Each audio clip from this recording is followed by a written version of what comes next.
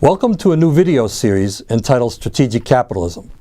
I'm Richard Devaney from the Tuck School of Business at Dartmouth College, and in this video series we'll be gaining insights about my latest book, Strategic Capitalism, New Economic Strategy for Winning the Capitalist Cold War. These short videos are interviews with senior executives and CEOs from a variety of industries talking about what it will take for America to win the capitalist Cold War.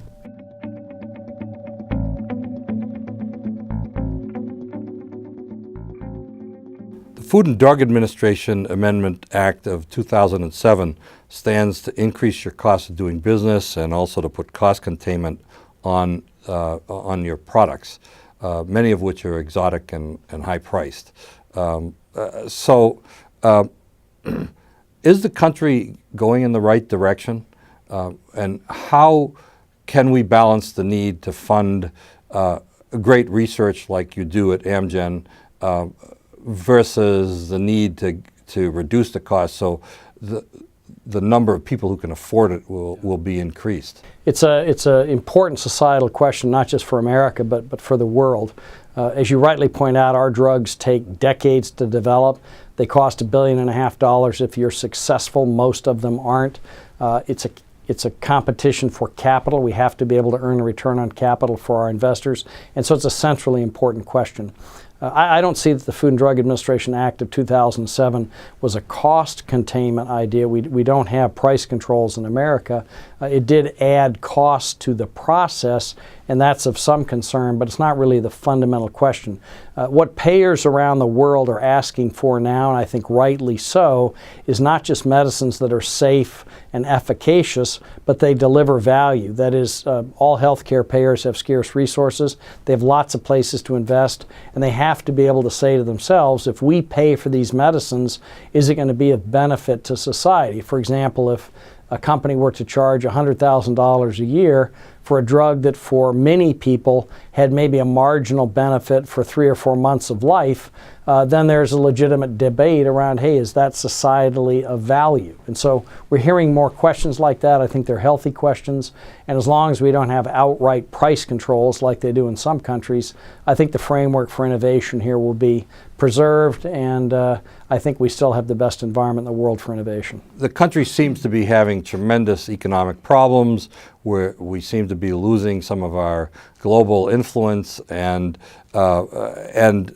we've seen a substantial reduction in our manufacturing capability in the United States. Do you think we should rebuild the manufacturing sector?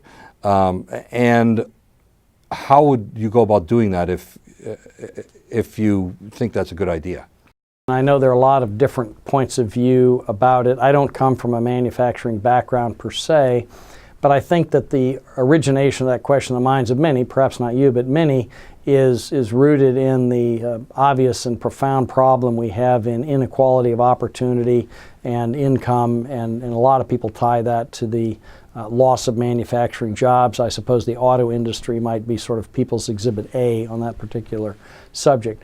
I don't think having a manufacturing industry per se is vital. I think what's vital is having a healthy industry where we do what we are competitively best at and add the most value at the lowest cost.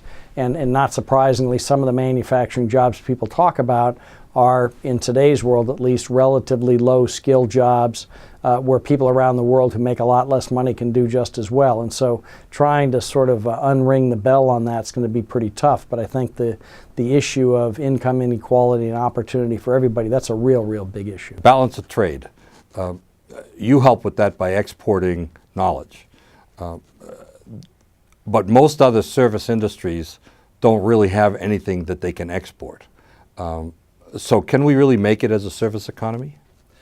I think the service sector of the economy can make it, because service is generally confined to the market in which it operates, and it isn't as susceptible to worldwide competition as say, some other industries, electronics perhaps. But I think the service sectors are, nearly as I can tell, and I'm no expert, in relatively defensible positions. What advice would you give to the next president of the United States?